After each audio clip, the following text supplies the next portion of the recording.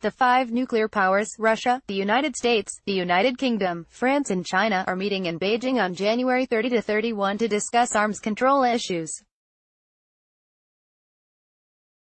Chances are that the meeting's participants will touch upon the issue of the Intermediate-Range Nuclear Forces Treaty, INF Treaty, that the U.S. is planning to leave, Nezavisimaya Gazeta notes. However, America's major concern is about China and its ground-based missiles, while Russia's alleged violations are only an excuse for withdrawing from the accord. Experts believe that suspending the INF Treaty is an option. The Americans gave official notification about their pullout 6 months in advance, and after that the document has remained in effect for 6 months, Deputy Director of the CIS country's Institute and military expert Vladimir Yevseyev told the newspaper. Once the deadline expires, the document becomes null and void. This is how the pullout process would work. Usually, the move is justified by citing alleged threats to national interests or national security. In this case, our cruise missile, the 9M729, will be touted as the reason. We have failed to reach a compromise because the United States' position was unconstructive from the very beginning. Washington first decided to withdraw from the treaty and then started looking for reasons. The move to leave the document stems from Pentagon experts' assessments, which showed that the U.S. is incapable of creating ground-based hypersonic missiles with a range of over 5,500 kilometers. After that, tensions started escalating, Yevseyev pointed out. The expert believes that Russia was ready for dialogue with the U.S. The demonstration of our missile proved it, but the U.S. was unwilling to hold dialogue from the very start, he explained. Even before U.S. National Security Advisor John Bolton came to Moscow, a decision had been made to include a program to create a ground-based cruise missile into the U.S. military budget, which violates the INF. It means the decision was made much earlier. Washington is particularly driven by the need to deter China and the desire to tarnish relations between Russia and Western Europe, first and foremost, Germany, and so it blackmails Berlin, threatening to deploy new U.S. intermediate-range missiles to the country, the expert noted. Izvestia, Moldovan leader arrives in Moscow to focus on exports, bilateral ties, ways to resolve the issue of customs duties on a range of Moldovan goods, and the Transnistria problem will be the focus of talks between Russian President Vladimir Putin and his Moldovan counterpart Igor Dodon, who arrived on an official visit to Moscow on January 30, Izvestia reports. According to Dodon, it will be a working meeting that will make it possible to talk about bilateral relations. Russia is an important strategic partner for us, so we need to maintain dialogue concerning all areas of cooperation, including trade, the energy sector, migration matters, the humanitarian sphere and the Transnistria issue, he pointed out. The Moldovan president stressed that the country was concerned about the transit of goods to Russia via Ukraine. As Dodon said, on the one hand, the parties managed to agree on the removal of customs duties on Moldova's 5 major item groups starting from January 1. However, on the other hand, the export of 2 of the 5 group of goods is impossible at the moment because the Russian government's decree banning the import of Ukrainian goods and products delivered from other countries via Ukraine took effect on January 1. Because of that, our exporters have to find routes to bypass Ukraine. Given this situation, Moldovan manufacturers are clearly shouldering additional expenses, so we hope to find a way out, Dodon said. When touching on the Transnistria problem, he noted that over the past 2 years, we have managed to sort out many issues that had long remained unresolved. He particularly stressed that he had held 5 meetings with Vadim Krasnoselsky, the leader of Transnistria. According to Dodon, much depends on the Moldovan parliamentary election, scheduled to be held in a month.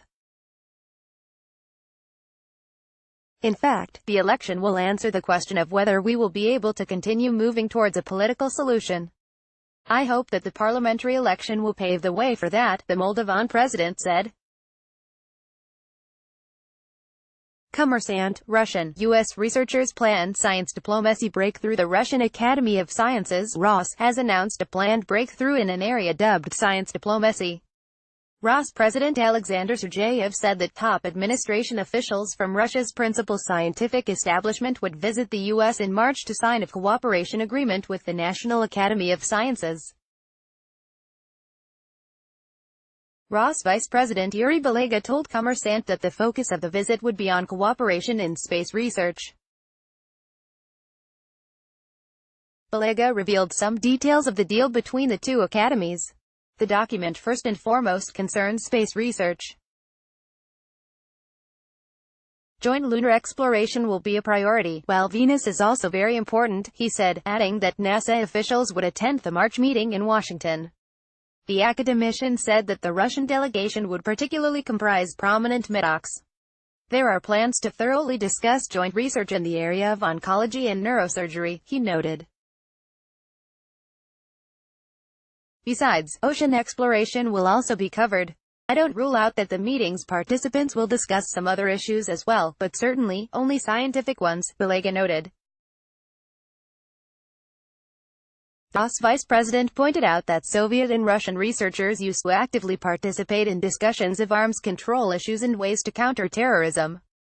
As you can imagine, it is impossible to address the topic of nuclear weapons without physicists and chemists, Belega explained. In the past, our Academy's members participated in such meetings on a regular basis. But for now, we have decided to discuss only scientific matters, he added. Chemist Artyom Oganov, a professor at the Skolkovo Institute of Science and Technology, who worked in the U.S. for many years, told the newspaper about differences between the United States National Academy of Sciences and the Russian Academy of Sciences. The American Academy can be described as kind of a researchers' club. Neither businessmen nor politicians can become members. Only people who actually made a significant contribution to global science become academicians in the U.S., he said. The researcher stressed that the National Academy of Sciences oftentimes expresses the academic community's stance on social issues. Cooperation between scientists may become a glimmer of hope compared to all the negativity between our countries, Oganov said. Nezavisimaya Gazeta, Trump bringing China to its knees shortly before the U.S.-Chinese trade negotiations kick off on Wednesday. Washington had moved to turn the heat up on Beijing, bringing criminal charges against officials from Huawei. The Americans still have the upper hand in the economic race with China, so Beijing will have to make concessions, said Russian experts interviewed by Nezavisimaya Gazeta.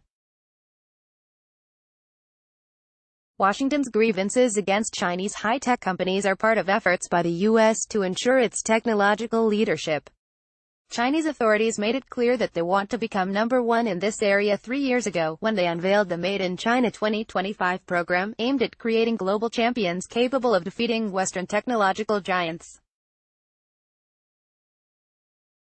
U.S. President Donald Trump took China's ambitions almost as a personal insult. The current trade truce between China and the U.S. will last until March. If the two countries fail to reach an agreement by that time, then the trade war will resume and China will have no chance to fight on equal footing with the U.S., said leading analyst at Markets Artyom Dayev. China's huge exports to the U.S. are in fact Beijing's weak point, he explained. Since the trade conflict emerged, the outcome has been clear. The U.S. growth rate has slowed down, but it still remains at the highest level in years. And as for China's GDP, 2018 turned out to be the worst in 28 years, the expert noted. The U.S. has more leverage in talks than China, said head of the School of Oriental Studies at the Higher School of Economics Alexei Maslov. Beijing's crucial advantage is the production and supply of basic goods to the U.S., but the odds are still in Washington's favor as it is capable of controlling financial flows, the movement of goods and access to markets. However, according to Associate Professor of the Economic Theory Department at the Plekhanov Economics University Ekaterina Novikova, China has launched innovation processes in many sectors, so even if the U.S. puts an end to all cooperation, China will continue moving towards technological leadership. Today, we can say that 3 global hubs have already emerged: the US, China and Germany. It means China has become a center of development on par with the United States. And this status of the Chinese economy cannot be ignored, the experts stressed. Nezavisimaya Gazeta, planned Polish-Danish pipeline to cross paths with Gazprom. Poland's gas transport operator Gaz-System and Denmark's Energinet have eventually agreed to construct what they dub as the Baltic Pipe gas conduit to reduce Poland's dependence on Russian gas. However, it turned out that before implementing the project, the companies will have to make an additional agreement with Russia's Gazprom, which is building the Nord Stream 2 pipeline. The matter is that the routes of the 2 pipelines will cross in the Baltic Sea. It means that Poland may find itself even more dependent on Russia, though experts believe that Gazprom will not abuse its position. Poland, which has been buying pipeline gas from Russia since 1944, regularly announces plans to end these purchases. The current contract will expire in 2022, and Warsaw expects that LNG and Norwegian supplies will replace Gazprom's share. The Baltic Pipe project is planned to transport Norwegian gas from the North Sea continental shelf via Denmark. If the pipeline routes cross, operators will indeed have to come to an agreement, and not only with each other. Nord Stream and Nord Stream 2 are major high-pressure gas pipelines, and the integrity of their infrastructure is guaranteed by rules concerning protected zones, executive partner at the Pravo and business firm Alexander Pakomov told the newspaper. Any works that may damage pipelines are banned within such zones. If routes cross, a need will arise to request permission from the Nord Stream 2 AG and the relevant country's authorities.